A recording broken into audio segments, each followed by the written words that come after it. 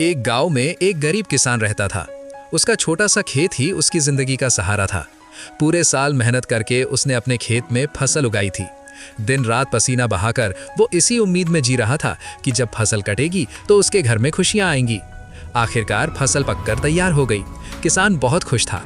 लेकिन तभी अचानक तेज आंधी और तूफान आ गया।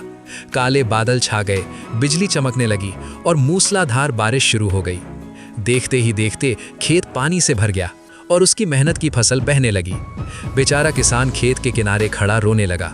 उसने कांपते हाथों से आकाश की ओर देखा और हाथ जोड़कर पुकारा, हे नारायण, हे वासुदेव, अब आप ही मेरी रक्षा कर सकते हैं। वो सच्चे मन से जाप करने लगा, ओम नमो भगवते वासुदेवाय, ओम नमो भगवते वासुदेवाय। भगवान विष्णु ने अपने भक्त की सच्ची पुकार सुनी। वे प्रसन्न हुए। उन्होंने अपने वाहन गरुड़ को आदेश दिया और स्वयं किसान के खेत पर प्रकट हुए। अपनी दिव्य शक्ति से उन्होंने एक चमत्कार किया। रातों रात सारी फसल सुरक्षित काटकर किसान के घर में रख दी। सुबह जब किसान जागा तो उसने देखा उसका खेत साफ है और उसकी सारी फसल उसके घर में सुरक्षित रखी हुई है। वो आश्चर्य से भर गया। उसकी आंखों में आंसू आ गए। इस बार दुख के नहीं बल्कि कृतज्ञता के।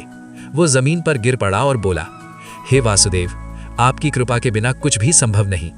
उस दिन से उसका विश्वास और भी दृढ़ हो गया। वो हर दिन प्रेम से भगवान विष्णु की पूजा करता और दूसरों की भी सहायता करता।